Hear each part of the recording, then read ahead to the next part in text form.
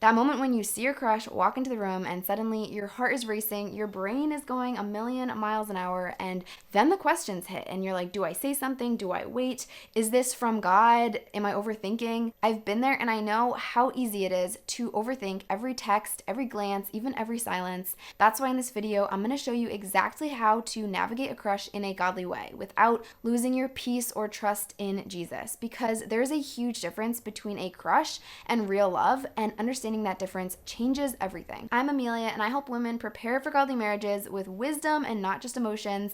If you want to hear more, hit subscribe, and without further delay, let's get into it, because the thing is, most of us are going to have a crush at some point in our lives. It's not whether or not we have a crush, it's what we do with those feelings that matters. So let's tackle the question everyone's secretly asking: should I make a move or should I not make a move? And to answer this question, we have to lead with the goal in mind, because if we don't start with the end goal, we're going to be losing before we even start. If your end goal is a Christ-centered marriage with a foundation that's built to last, not necessarily with this guy, but just in general, then the first questions I always ask are, do you love the Lord? Does he love the Lord? And is there spiritual fruit that proves it, right? Because if we love God, we're going to obey him and keep his commandments. And also, are you both in a place where you're emotionally healthy enough to be even dating? And I put that in quotes because there's a lot there that I could unpack. It kind of deserves its own video. Not that you're perfect, but that you're just both walking with the Lord and rooted in godly community. And if you don't know, like if you straight up just don't know if he's healthy emotionally or even if he loves the Lord, I would just go really slow with your feelings. If the answer to you both being emotionally healthy and ready to date is no, that is not a bad thing. I went through a season like this. I'll actually link a video below where I talk about it more. But basically, I came to this realization that I was not ready to date. And ironically, I was in a relationship at the time. So that was an oof moment. So if you're in a place where you're like, nope, that's not me, like, good for you for realizing that. And I would just encourage you, talk to God, talk to godly mentors,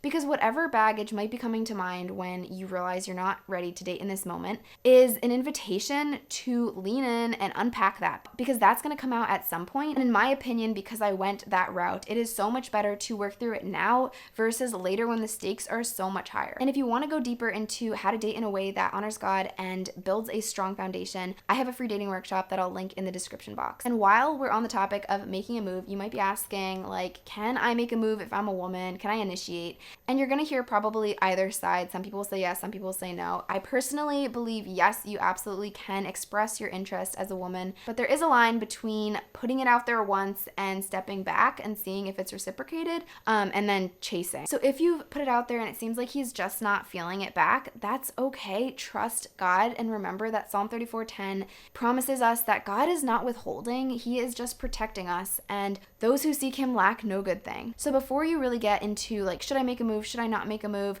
Just pause and try to evaluate if he is spiritually and emotionally ready, and if you also are, to know if this could go somewhere that even honors the Lord. But even if you are ready, there is a question that is keeping a lot of people up at night, and it is, are these feelings from the Lord? And this question always gives me pause, because yes, God does give us the capacity to have these feelings. We get so caught up with, is this God's will? Is that God's will? And no shade, because I used to do this too. I was like, God, should I get Chipotle? Should I get Bueno? I really like Chipotle more, but if you're calling me to get Bueno, like, that's where I'll go. And I kind of picture God just being like, well, you can glorify me with whichever one you eat. There is a whole bunch of stuff that is within God's will for us that could be from God, in that it could be, like, okay with God. And at the end of the day, God cares most about the state of our hearts and our relationship with him.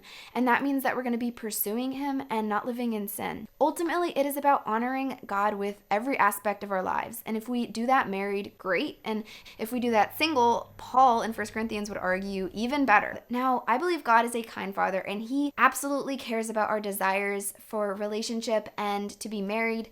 And he does delight in giving his children good gifts. Yet the best gift that he could ever give us is a relationship with him. And so many of us, myself included at one point, struggle to be satisfied with even that. And I learned it the hard way, honestly. If you want to hear more about my train wreck of a dating life before I came to Christ, I have other videos on that. But here's the sneaky part about crushes. Sometimes it's not the crush that is the problem at all. It's actually our overthinking. Have you ever built an entire relationship up in your head and it didn't even start in real life yet?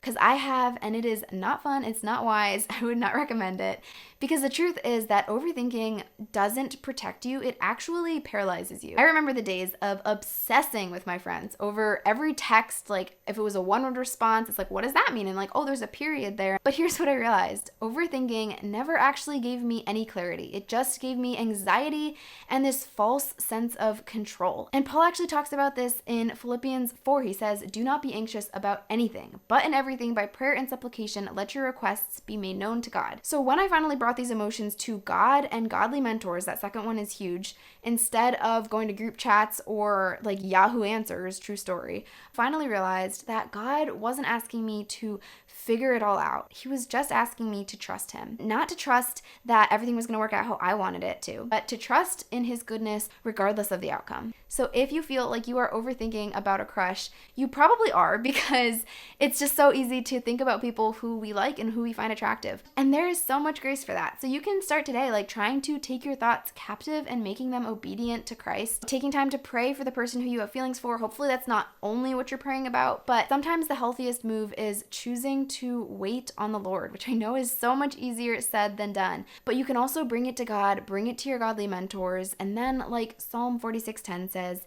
be still and know that he's God. And earlier I talked about how a crush is so very different from real love. And really the main way that it's different is that a crush is just an emotional response to something we find attractive about in another person. And love is making a steadfast commitment to that person's welfare. Real love can certainly start in a crush, but it needs to move past that place of physical attraction and emotional attraction. It has to move to a place of sacrificial service. And I talk about this all the time, that like the core of marriage is serving each other and serving the Lord together. So the next time that you develop a crush, or if you have one right now, just remember that the ability to feel them is from God, but clinging to wisdom, to God's word, and to godly mentoring is what is going to help you stay aligned with God. Because at the end of the day, the goal isn't just any relationship. It's a Christ-centered one where you're linking arms side by side in your pursuit for Christ. And if you want to go into this deeper, I have a free dating workshop that I'll link below. We debunk 3 of the biggest lies keeping people stuck in dating. I hope this video helped you, and let me know in the comments a Bible verse that you're holding close to your heart this week. Maybe it can encourage other people looking,